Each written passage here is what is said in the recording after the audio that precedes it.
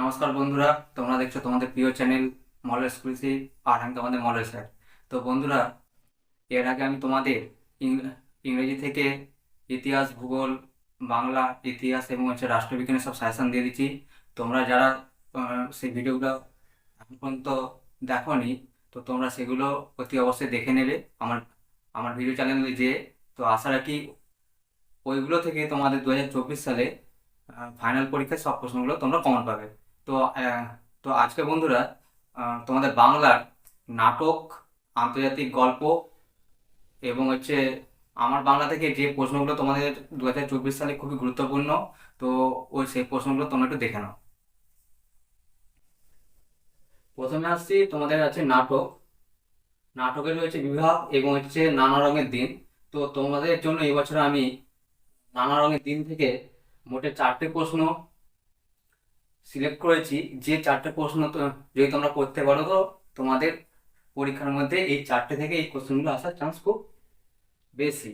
তো এই প্রথম প্রশ্নটা হচ্ছে, যারা বলে নাট্যাভিনয় সরি যারা বলে নাট্যাভিনয় একটি পবিত্র শিল্প, তারা সব গাধা। বক্তাকে তার এমন মনোভাবের কারণ কি?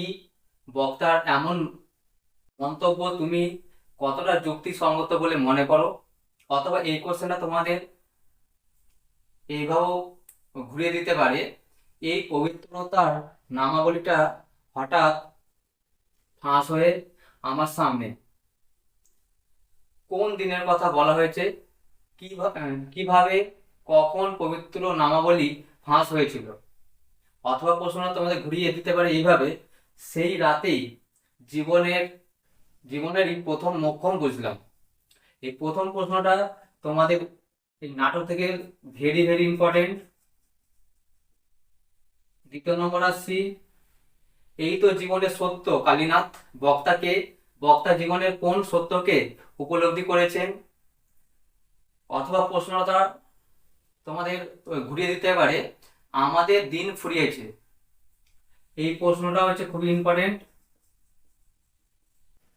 3 নম্বর প্রশ্নটি হলো, শিল্পকে যে মানুষ ভালোবেসেছে তার বার্ধক্য নেই কালীনাথ।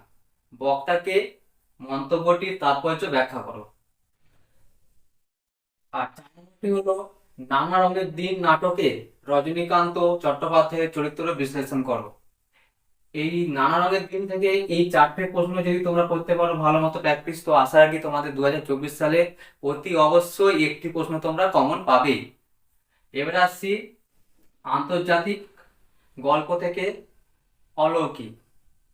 তো প্রথমে যে প্রশ্নটা হলো, ঝড়ের বেগে ছুটে আসা ট্রেন থামানো গেল, পাথরের চাই থামানো যাবে না কেন? ট্রেনটি থামানো কেন প্রয়োজন হয়েছিল? কিভাবে ট্রেনটি থামানো হয়েছিল? অথবা প্রশ্নটা ঘুরিয়ে তোমাদের দিতে পারে, পাঞ্জা সাহেব পৌঁছে এক আশ্চর্য ঘটনার কথা জানতে পারি। বক্তা কার কাছ থেকে কোন কথা জানতে পেরেছিল? অথবা প্রশ্নটা তোমাদের এইভাবেও আসতে পারে, ঠিক হলো ট্রেনটা থামানো হবে। এই প্রথম প্রশ্নটা খুবই গুরুত্বপূর্ণ। দ্বিতীয় নম্বর প্রশ্নটি হলো, গুরু নানকের হাতের ছাপ ওতে আজও লেগে রয়েছে। অথবা প্রশ্নটি এইভাবেও আসতে পারে, গল্পটা মনে পড়লে হাসি পেত। অথবা গল্পটা আমাদের স্কুলে শোনানো হলো। অথবা হাসান আবদালে এখন যার নাম পাঞ্জা সাহেব। প্রসঙ্গ উল্লেখ করে ব্যাখ্যা করো। এই প্রশ্নটিও তোমাদের এবছরের জন্য খুবই গুরুত্বপূর্ণ। আর 3 নম্বর যে প্রশ্নটি আমি তোমাদের জন্য রেখেছি, চোখের জলটা তাদের জন্য। কাদের কথা বলা হয়েছে?